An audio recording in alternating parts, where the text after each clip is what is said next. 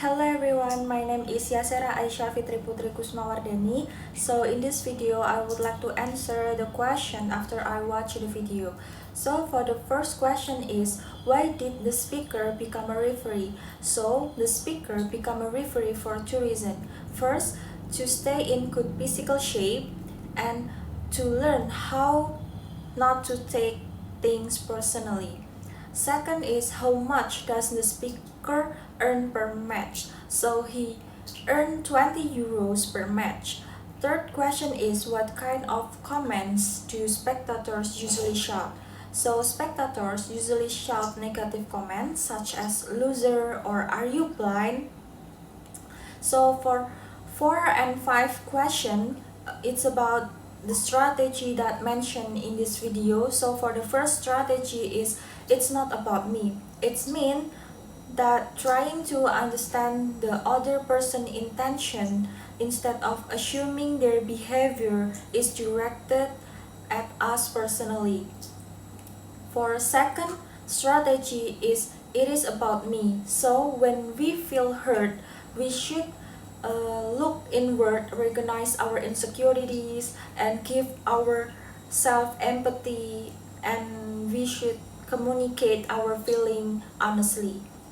For number 6, why does the speaker say the ego causes us to take things personally? So, because the ego wants attention, approval, and to be right, so when people criticize us, we can feel hurt easily.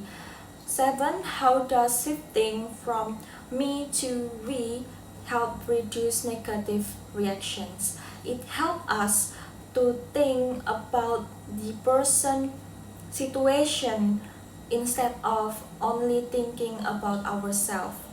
Number 8. Why do negative thoughts dominate our thinking according to the speaker? So he says that people often think about problems and bad possibilities more than positive things. For number 9, explain when criticism become personal for someone. So I think criticism becomes personal when it touches a person's insecurities or weakness. Number 10 is, what is the deeper message of the 20 euros example at the end? So the message is that your value does not change because of criticism or bad treatment from others. So you are still valuable.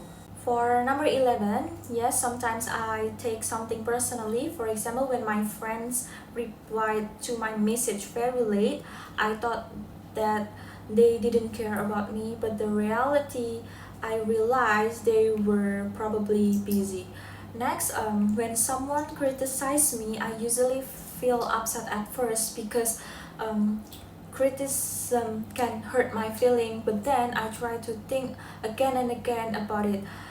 And next, I think the strategy that more easier is not about me, because I only need to understand the other person's point of view. And for number 14, I agree, sometimes our thoughts make a situation seems worse than the reality. For the last one, I think this talk can help me to stay calm, understand other people better, and avoid misunderstandings with my friend, family, and people around me.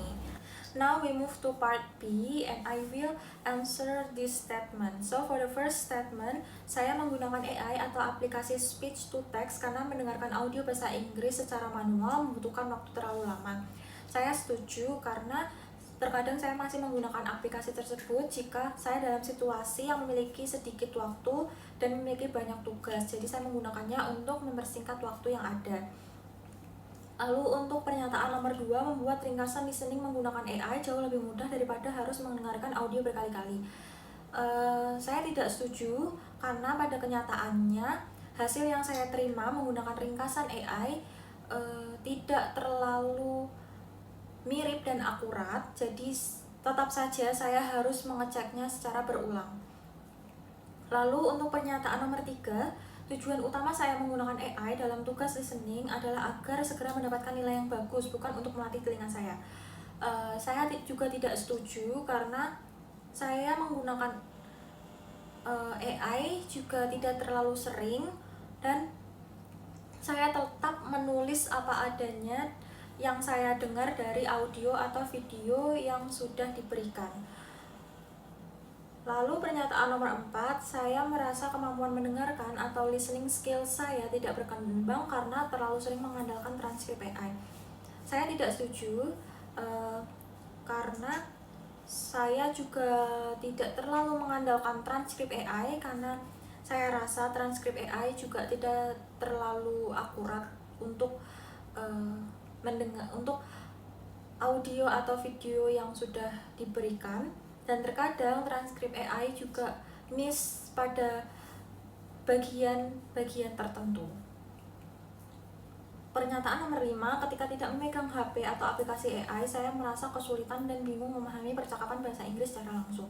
Saya tidak setuju, karena baik di dalam kelas ataupun di luar kelas, saya masih bisa memahami secara baik apa yang sudah dosen dan teman saya ucapkan dalam bahasa Inggris dan bisa meresponnya secara tepat.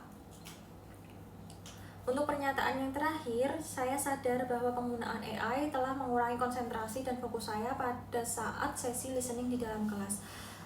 Saya tidak setuju jika penggunaan AI mengurangi konsentrasi dan fokus saya. Namun, saya membenarkan jika terkadang kita sebagai mahasiswa atau siswa menggunakan HP di dalam kelas, konsentrasi kita terkadang berkurang karena kita ke distract untuk terus membuka HP, untuk membuka aplikasi yang ada di HP atau sosial media. Selanjutnya saya akan menjawab 2 pertanyaan terbuka yang sudah diberikan. Yang pertama, bagaimana saya memandang masa depan kemampuan bahasa Inggris saya jika terus bergantung pada cara ini? Saya rasa jika saya terus bergantung pada AI atau aplikasi semacam speech to text, saya merasa kemampuan bahasa Inggris saya, terutama listening, tidak akan berkembang secara maksimal. Saya akui memang AI membantu saya untuk menghemat waktu dan memahami isi audio lebih cepat.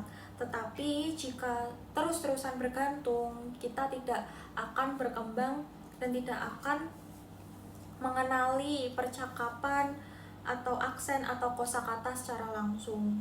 Dan dalam jangka waktu panjang kita akan terus-terusan seperti bergantung, dan jika kita tidak memegang HP atau menggunakan AI, sekali saja akan membuat kita kesusahan. Lalu untuk pertanyaan kedua, apakah saya merasa esensi belajar saya telah hilang? Yang saya rasakan, esensi belajar saya belum sepenuhnya hilang, tetapi mungkin yang saya rasakan, proses belajar menjadi berkurang ketika pada suatu situasi saya terus-terusan menggunakan AI. Seperti saya mungkin malas untuk lebih kritis menjawab pertanyaan baik di mata kuliah listening atau mata kuliah lainnya. Jadi saya sekarang tetap berusaha untuk mendengarkan audio. Walaupun saya merasa kesusahan, tapi tetap saya mendengarkan audionya terlebih dahulu. Dan jika memang saya merasa kesulitan untuk mengidentifikasi kalimat atau kata apa yang diucapkan pada audio tersebut, saya baru menggunakan aplikasi AI atau transkrip AI untuk mengetahui apa yang sebenarnya saya dengar.